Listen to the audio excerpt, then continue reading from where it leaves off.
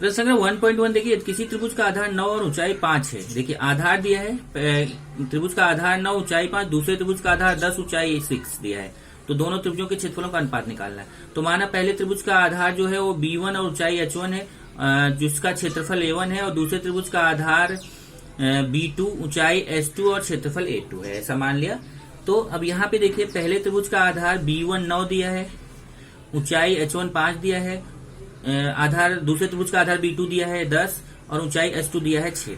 अब दो त्रिभुजों के क्षेत्रफलों का अनुपात निकालना, उन त्रिभुजों के संगत आधारों और संगत ऊंचाइयों के गुणनफल के अनुपात के बराबर होता है। जस्ट आपने अभी पढ़ा कि दो त्रिभुजों के क्षेत्रफलों का अनुपात उन त्रिभुजों के संगत आधारों और संगत ऊंचाइयों के गुणनफल के अनुपात के बराबर होता है। इसका मतलब A1 और A2 का अनुपात हम निकाल सकते हैं, A1 बटे A2 निकाल सकते हैं। कैसे? पहले त्रिभुज का आधार गुणे ऊंचाई बटे दूसरे त्रिभुज का आधार गुणे ऊंचाई। तो पहले त्रिभुज का आधार क्या है? B1 ऊंचाई क्या है? H1, तो B1 गुणे H1 बटे दूसरे त्रिभुज का आधार और ऊंचाई, दूसरे त्रिभुज का आधार B2 और ऊंचाई S2 है, तो B2 गुणे S2 हो जाएगा, बराबर है।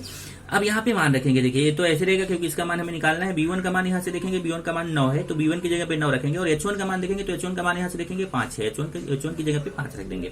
अब देखेंगे B2 का मान, B2 का मान यहाँ से देखेंगे तो 10 है, B2 का मान 10 रखेंगे, और S2 का मान देखेंगे, S2 का मान 6 है, तो S2 का मान 6 रख देंगे।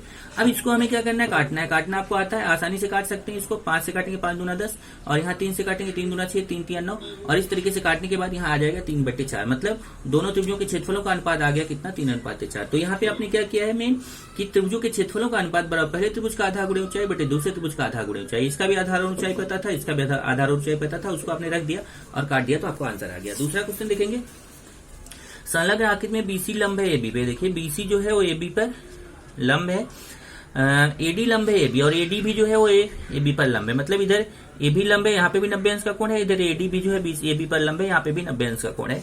एरिया त्रिभुज ABC बटे एरिया त्रिभुज ADB का मान अपने को ज्ञात करना है। अब यहाँ पे अगर आप देखेंगे तो BC, इसमें मान दिया गया है, देखिए BC का मान 4 दिया गया, मतलब ये BC का मान 4 है, और AD का मान 8 दिया गया। देखिए ये 8 दिया गया, ये 8 है और ये 4 है। अब हमें एरिया त्रिभुज ABC और एरिया त्रिभुज ADB समान आधार वाले त्रिभुज, कैसे पता चलेगा समान आधार वाले हैं? देखिए ये त्रिभुज CAB का आधार AB है, ऊंचाई CB है, तो इसका भी आधार AB हो गया। और ये जो त्रिभुज हमारा ADB है, इसका आधार AB और ऊंचाई AD है, तो इसमें भी आधार AB है। तो इस त्रिभुज का भी आधार AB है, इस त्रिभुज का भी आधार AB है। तो ये दोनों त्रिभुजों के आधार समान है, इसलिए इनके क्षेत्रफलों का अनुपात बराबर पहले त्रिभुज की ऊंचाई बटे दूसरे त्रिभुज की ऊंचाई। वही यहाँ पे समझाया है कि त्रिभुज ABC और त्रिभुज ADB समान आधार वाले त्रिभुज है, इसलिए समान आधार वाले त्रिभुजों के क्षेत्रफलों का अनुपात उनकी ऊंचाइयों के अनुपात के बराबर होता है। क्योंकि आधार जब समान है तो आधार कट जाएगा, तो आधार को नहीं लिखेंगे, केवल उनके क्षेत्रफलों का अनुपात बराबर उनकी ऊंचाइयों का अनुपात। तो इस त्रिभुज की ऊंचाई क्या है? पहले देखो कौन सा त्रिभुज है? त्रिभुज ABC है, मतलब ये पहला वाला त्रिभुज है, त्रिभुज ABC। तो उसका जो है ऊंचाई लेंगे तो BC लेंगे बटे दूसरा त्रिभुज का आधार, दूसरे त्रिभुज की ऊंचाई क्या है? देखिए ये त्रिभुज है ADB है, ये देखिए ए वाला त्रिभुज है ADB, इसकी ऊंचाई लेंगे तो AD लेंगे। अब यहाँ पे मान रखेंगे, देखिए BC का मान रखेंगे तो BC का मान यहाँ से देखिए कितना है? 4 है, तो BC का मान हम यहाँ पे 4 रख देंगे। और फिर AD का मान देखेंगे, AD का मान कितना है? 8 है, यहाँ पे 8 रखेंगे। फिर इसको काटेंगे, देखिए 4 1 के 4, 4 दूना 8, 1/2 आएगा। तो इस तरीके से इनके क्षेत्रफलों का अनुपात कितना आएगा? 1/2। तो क्या समझ में आया यहाँ पे आपको कि इन दोनों त्रिभुजों के आधार समान थे, इसलिए इनके क्षेत्रफलों का अनुपात बराबर पहले त्रिभुज का आधार, पहले त्रिभुज की ऊंचाई बटे दूसरे त्रिभुज की ऊंचाई। क्योंकि आधार जब समान है तो आधार कट जाएगा, तो उनके क्षेत्रफलों का अनुपात बराबर उनकी ऊंचाइयों का अनुपात लेना है केवल। तीसरा क्वेश्चन देखते हैं, संलग्न आकृति में एक PS लंब है RQ पर। देखिए यहाँ पे PS जो है वो RQ पर लंब है। ये त्रिभुज PQR है, ध्यान से देखिए, ये त्रिभुज है, त्रिभुज PQR। इसमें जो PS है, देखिए यहाँ से PS लंब है किस पर? RQ पर। अब आप बोलेंगे नहीं, ये तो RS पर लंब है। त्रिभुज PQR है, तो त्रिभुज PQR का आधार RQ अगर आप लेंगे तो इसका सम्मुख शीर्ष बिंदु P रहेगा, तो P से लंब खींचेंगे तो ये लंब यहाँ बाहर आएगा, लेकिन आधार तो RQ ही रहेगा। तो PS लंब जो है वो RQ पर है, और QT लंब PR पे है। देखिए QT लंब है PR पर। ये RQ 6 दिया गया है, देखिए RQ का मान कितना दिया है? 6। PS का मान कितना दिया है? 6। और PR का मान ये पूरा दिया है 12। तो हमें QT का मान निकालना है। तो कैसे निकालेंगे? देखिए ध्यान से, यहाँ पे जो जो दिया है पहले वो मान रख दिया है, दिया हुआ है। और त्रिभुज का क्षेत्रफल का सूत्र होता है 1/2 आधार गुणे ऊंचाई। तो पहले हमने कौन सा त्रिभुज लिया? ध्यान से देखिए, पहले हमने त्रिभुज वही लिया है PQR ही, पर दो बार अलग अलग। ध्यान से समझना जरा इस क्वेश्चन में क्या किया है। एक बार त्रिभुज PQR का क्षेत्रफल लेंगे, देखिए एरिया त्रिभुज PQR लिखा है, तो त्रिभुज का यही क्षेत्रफल का सूत्र लगाएंगे, एरिया त्रिभुज PQR 1/2 गुणे आधार। जब हम RQ लेंगे तो इसकी ऊंचाई सम्मुख शीर्ष बिंदु पी से खींचेंगे, ऊंचाई पीएस हो जाएगी। आधार आर क्यू लिया तो ऊंचाई पीएस हो जाएगी। देखिए आधार क्यू आर क्यू मतलब क्यू आर गुणे ऊंचाई क्या हो गया पीएस। तो आधार जब क्यू आर लिया तो ऊंचाई क्या हो गई पीएस। क्यों समझा फिर से कि कभी भी अगर आपने आधार आर क्यू लिया तो उसका सम्मुख शीर्ष बिंदु पी है, वहां से ऊंचाई खींचेंगे। तो अगर आधार आर क्यू है तो ऊंचाई पीएस हो जाएगा। तो देखिए त्रिभुज पी क्यू आर का क्षेत्रफल, त्रिभुज पी क्यू आर का क्षेत्रफल 1/2 गुणे आधार क्यू आर गुणे ऊंचाई पीएस, 1/2 गुणे आधार क्यू आर ऊंचाई पीएस। अब यहाँ से देखिए 1/2 गुणे आधार क्यू आर का भी मान मालूम है, पीएस का भी मान मालूम है। क्यू आर का मान 6 है, पीएस का मान 6 है, रख दिया यहाँ से। देखिए 2 3 6 काटेंगे 3 आएगा, देखिए 2 3 6 3 आएगा, क्षेत्रिक 18 आ जाएगा। तो इस तरीके से हमें इस पी क्यू आर का क्षेत्रफल आ गया कितना 18 वर्ग इकाई। अब जब हमें पी क्यू आर का क्षेत्रफल आ गया 18 वर्ग इकाई, तब हम फिर से यही त्रिभुज पी क्यू आर का क्षेत्रफल लेंगे, लेकिन अब की बार आधार और ऊंचाई बदलेंगे। जब हमने आर क्यू आधार लिया था तो पीएस ऊंचाई हुआ था, अब हम आधार बदल देंगे और आधार हम ले लेंगे पी आर। अब इसमें कंफ्यूज मत होना कि अगर कोई त्रिभुज है तो उस त्रिभुज की किसी भी भुजा को आधार लिया जा सकता है। ये नहीं कि हाँ ज्यादातर आपके माइंड में रहता है कि हम जो नीचे वाली भुजा है उसी को आधार ले सकते हैं, ऐसा नहीं है। आप जैसे ये त्रिभुज पी क्यू आर है तो इसमें 3 भुजा है, पी क्यू, क्यू आर और पी आर। तो आप किसी भी भुजा को आधार ले सकते हैं। आप पी क्यू को भी आधार ले सकते हैं, क्यू आर को भी आधार ले सकते हैं, पी आर को भी आधार ले सकते हैं। लेकिन जैसे ही आप आधार बदलेंगे उसकी ऊंचाई बदल जाएगी। अगर आप क्यू आर को आधार ले रहे हैं तो ऊंचाई पी से खींची जाएगी, पीएस ऊंचाई हो जाएगी। और अगर आप आधार पी आर ले रहे हैं तो ऊंचाई पी आर के सम्मुख शीर्ष बिंदु क्यू से खींची जाएगी, ऊंचाई कौन हो जाएगा क्यूटी। आधार पी आर लिया तो ऊंचाई क्यूटी हो जाएगी। तो यही त्रिभुज जो पी क्यू आर है उसका क्षेत्रफल ले रहे हैं। अब की बार आधार और ऊंचाई बदल देते हैं। जो हमने आधार आर क्यू और पीएस लिया था, अब की बार हम आधार ले रहे हैं पी आर और ऊंचाई ले रहे हैं क्यूटी। ये देखिए एरिया त्रिभुज पी क्यू आर, त्रिभुज वही है 1/2 गुणे आधार पी आर ले लिया तो पी आर के लिए ऊंचाई क्या हो जाएगी क्यूटी। अब एरिया ये जो क्षेत्रफल है ये हम निकाल चुके हैं 18, तो इसकी जगह 18 हम निकाल चुके हैं, तो क्षेत्रफल का मान 18 रख देंगे। 1/2 गुणे पी आर का मान यहाँ से देखिए 12 दिया गया है, तो यहाँ पी आर का मान रखेंगे 12 गुणे क्यूटी। अब इसको देखिए, इसको केवल कैलकुलेशन करना है आपको। यहाँ से 2 से काटेंगे 2 6 12 आएगा। तो ये देखिए यहाँ शॉर्टकट किया, लेकिन आप समझ जाइए यहाँ 2 से काटेंगे 2 6 12 आएगा, फिर 6 आएगा, 6 का इधर जाके भाग दे देंगे तो क्यूटी बराबर 18/6। इसको काटेंगे क्षेत्रिक 18, इस तरीके से क्यूटी का मान आपको 3 मिल जाएगा। तो आपको क्यूटी ही निकालना था, क्यूटी का मान आपको 3 मिल गया, यहाँ से देख सकते हैं आप। चौथा क्वेश्चन देखिए, संलग्न आकृति में एपी लंब है बीसी पर। अब देखिए एपी जो है वो बीसी पर लंब है, एडी समांतर है बीसी। एडी जो है वो बीसी के समांतर है। देखिए एडी और बीसी दोनों समांतर हैं और एपी जो है वह लंब है बीसी पर।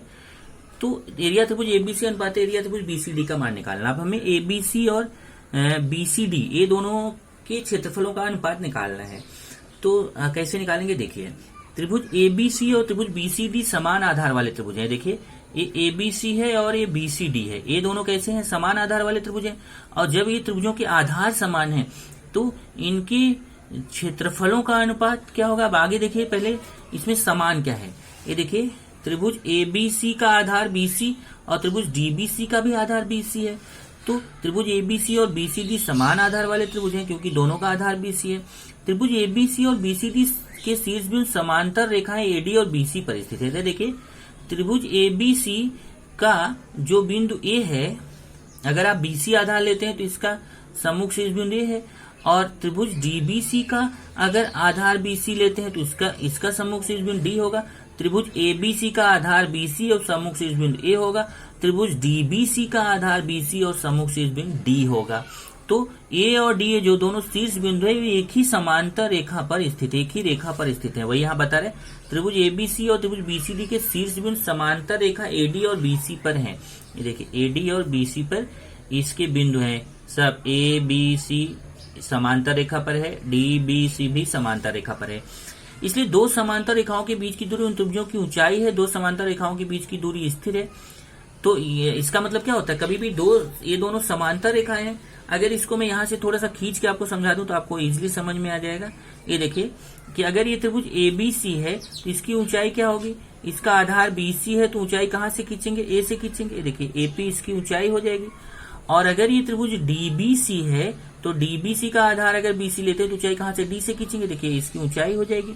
और जब इसकी ये ऊंचाई खींचेंगे तो ये देखिए एपी और डी, इसको मैं अगर कुछ नाम दे दूं, मान लो डीएम नाम दे दिया, एपी और डीएम ये दोनों लंबाई समान होगी, क्योंकि दो समांतर रेखाओं के बीच की दूरी है। देखिए यहाँ ये जो त्रिभुज एबीसी है, त्रिभुज एबीसी की ऊंचाई एपी और त्रिभुज डीबीसी की ऊंचाई डीएम, ये दोनों देखिए दो समांतर रेखाओं के बीच की दूरी है। और आप जानते हैं दो समांतर रेखाओं के बीच की दूरी समान होती है। इसका मतलब त्रिभुज एबीसी की ऊंचाई एपी और त्रिभुज डीबीसी की ऊंचाई डीएम, ये दोनों ऊंचाई आपस में समान होगी। यही यहाँ समझा रहा है, इसकी दो समांतर रेखाओं के बीच की दूरी उनकी ऊंचाई है और दो समांतर रेखाओं के बीच की दूरी स्थिर होती है, मतलब समान होती है। इसलिए त्रिभुज एबीसी और त्रिभुज बीसीडी समान ऊंचाई वाले त्रिभुज है।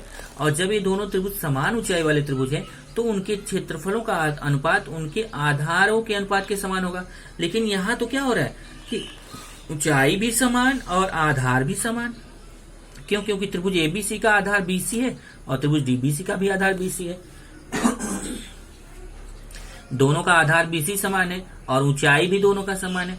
और अभी जस्ट आपको बताया गया ये दो त्रिभुजों के आधार भी समान हो और ऊंचाई भी समान हो तो उनके क्षेत्रफल भी समान होते हैं। देखिए उनके क्षेत्रफल भी समान होंगे और उनके क्षेत्रफलों का अनुपात कितना होता है? 1/1। अभी जस्ट आपको बताया गया था। देखिए यहाँ पे अगर आधार और ऊंचाई दोनों समान है, समान आधार समान ऊंचाई है, तो उनके क्षेत्रफलों का अनुपात कितना हो जाएगा? 1/1 हो जाएगा।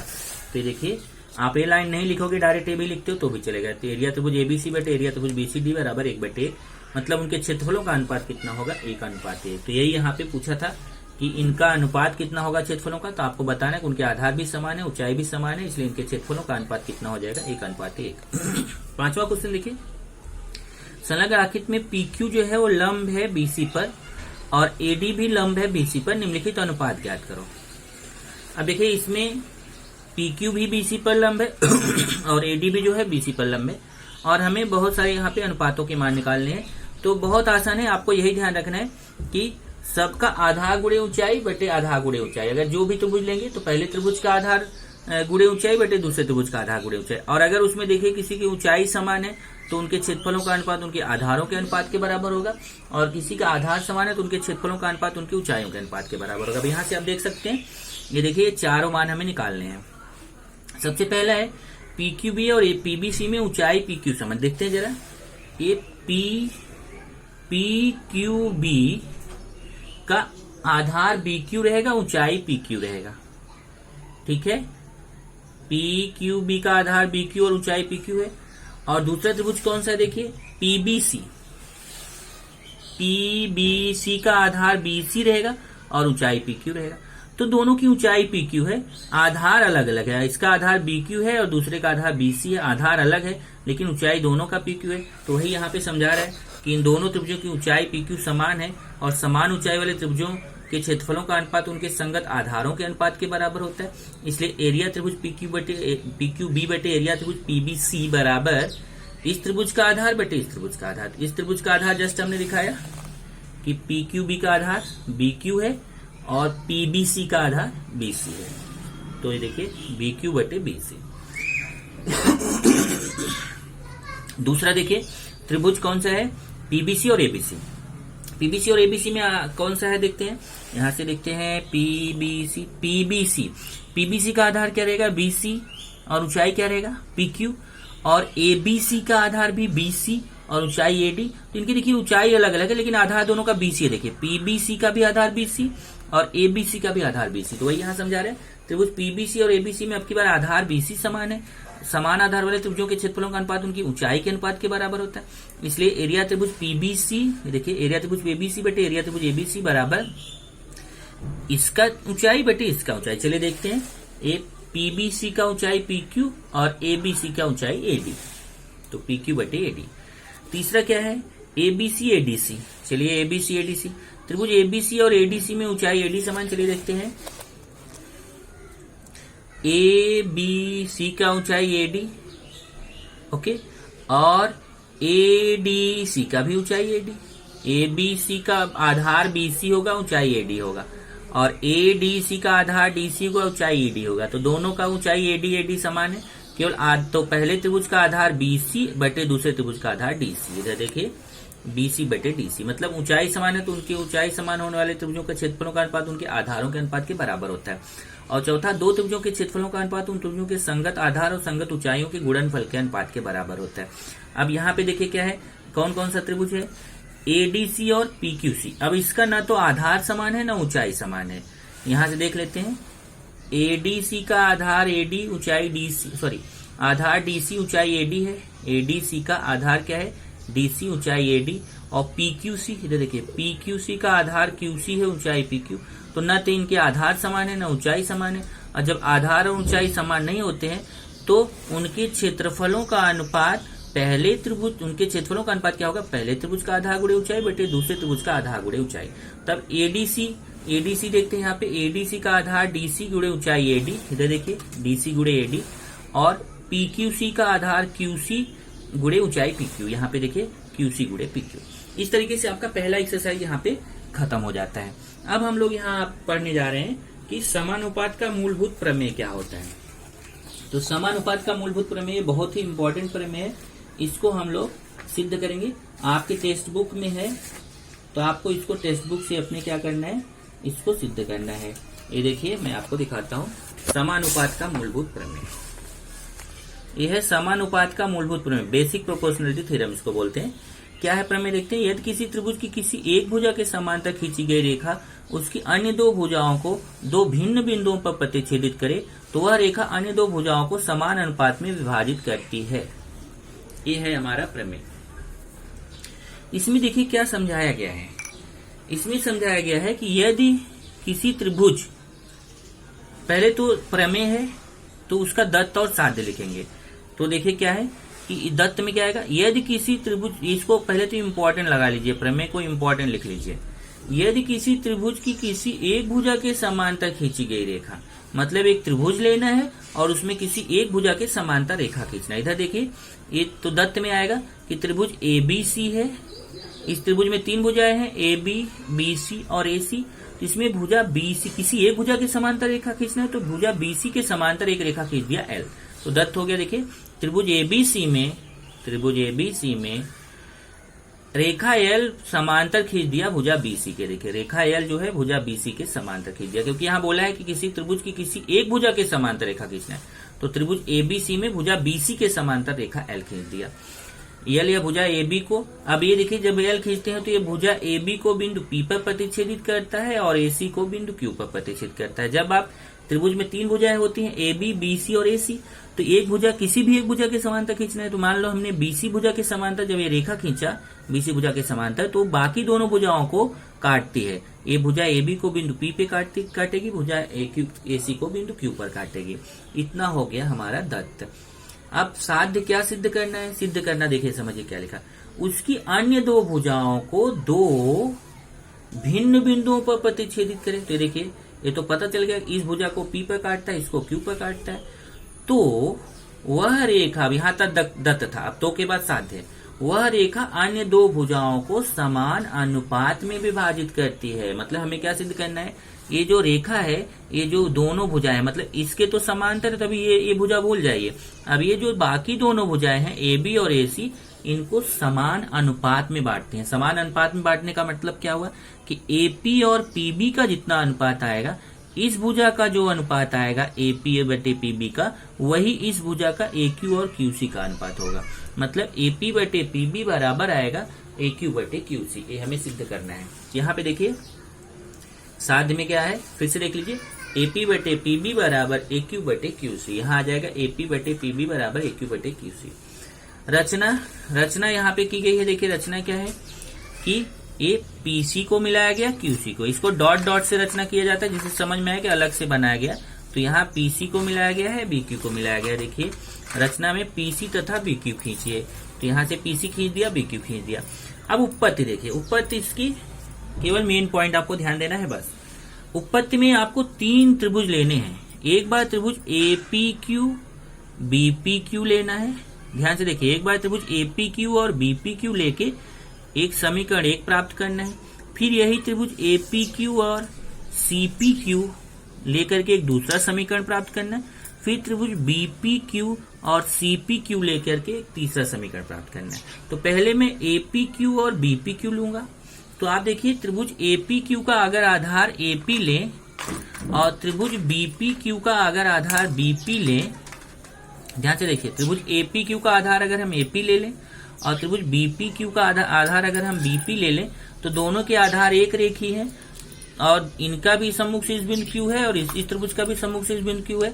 तो इनकी ऊंचाई समान होगी और इनकी ऊंचाई समान होगी तो इनके क्षेत्रफलों का अनुपात बराबर इनके आधारों का अनुपात, मतलब त्रिभुज एपी क्यू बटे त्रिभुज बीपी क्यू बराबर हो जाएगा इसका आधार एपी बटे इसका आधार पीबी। वही यहाँ समझाया। देखिए त्रिभुज एपी क्यू और पी क्यू भी समान ऊंचाई वाले त्रिभुज है। क्यों समान ऊंचाई समझाया आपको? क्योंकि इनके आधार एक रेखी है और इस त्रिभुज का भी, त्रिभुज एपी क्यू का भी सम्मुख शीर्ष बिंदु क्यू है और त्रिभुज बीपी क्यू का आधार बीपी और सम्मुख शीर्ष बिंदु क्यू है।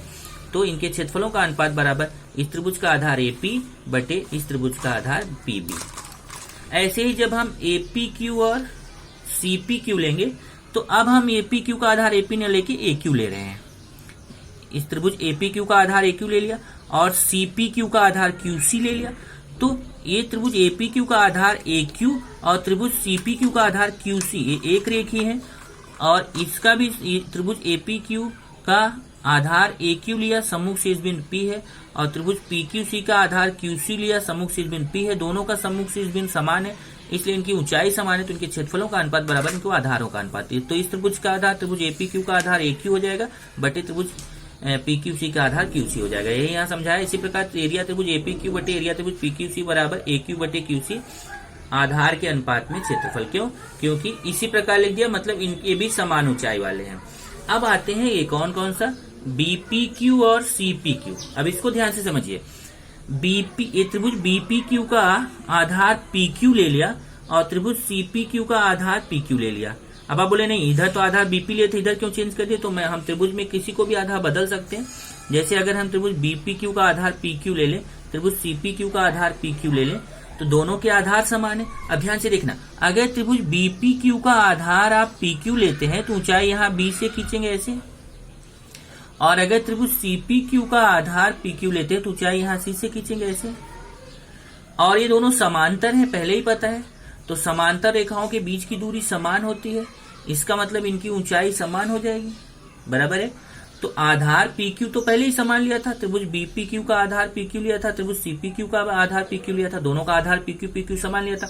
अब इसका इस त्रिभुज की ऊंचाई बी से खींचेंगे, इस त्रिभुज की ऊंचाई सी से खींचेंगे, लेकिन ये तो दोनों दो समांतर रेखाओं के बीच की दूरी है तो इनकी ऊंचाई भी समान हो गई।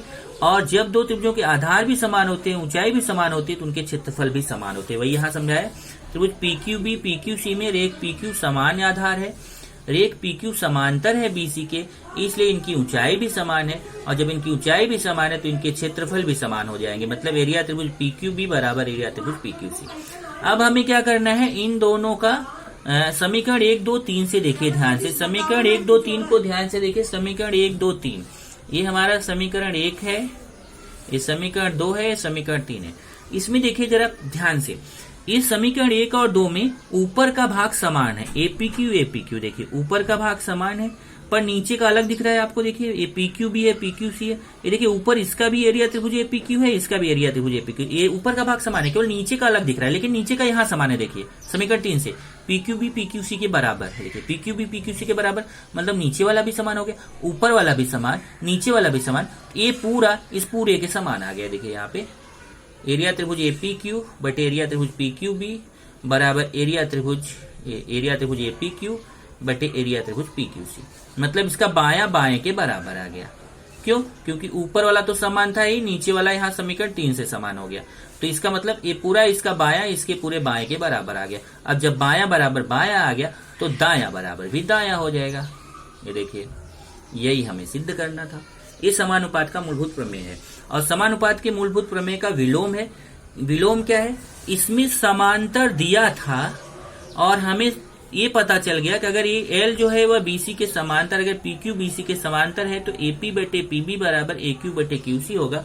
और समानुपात का मूलभूत प्रमेय क्या बोलता है कि अगर मान लीजिए कि ए रेखा एल पता ना हो कि बीसी के समांतर, अगर ये ना पता हो कि एल बीसी के समांतर है और हम एपी और पीबी का अनुपात निकालें, एक्यू और क्यूसी का अनुपात निकालें, अगर एपी और बटे पीबी का अनुपात, एक्यू बटे क्यूसी का अनुपात, ये दोनों समान आ जाता है तो तभी समान आएगा जब ये इसके समांतर होगा।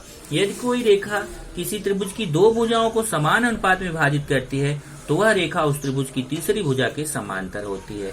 मतलब अगर ए भुजाओं को समान अनुपात में बांट रही है तो इसका मतलब ये रेखा इस भुजा के समांतर होगी। ये समानुपात के मूलभूत प्रमेय का विलोम है। ये सिद्ध करने के लिए नहीं आता है, ये समानुपात का मूलभूत प्रमेय बहुत इंपॉर्टेंट है, सिद्ध करने के लिए आता है, और ये सिद्ध करने के लिए नहीं आता है इसलिए इसका साध्य भी अपने को नहीं दिया है। ये दो प्रमेय आपको यहाँ पर पढ़ने हैं।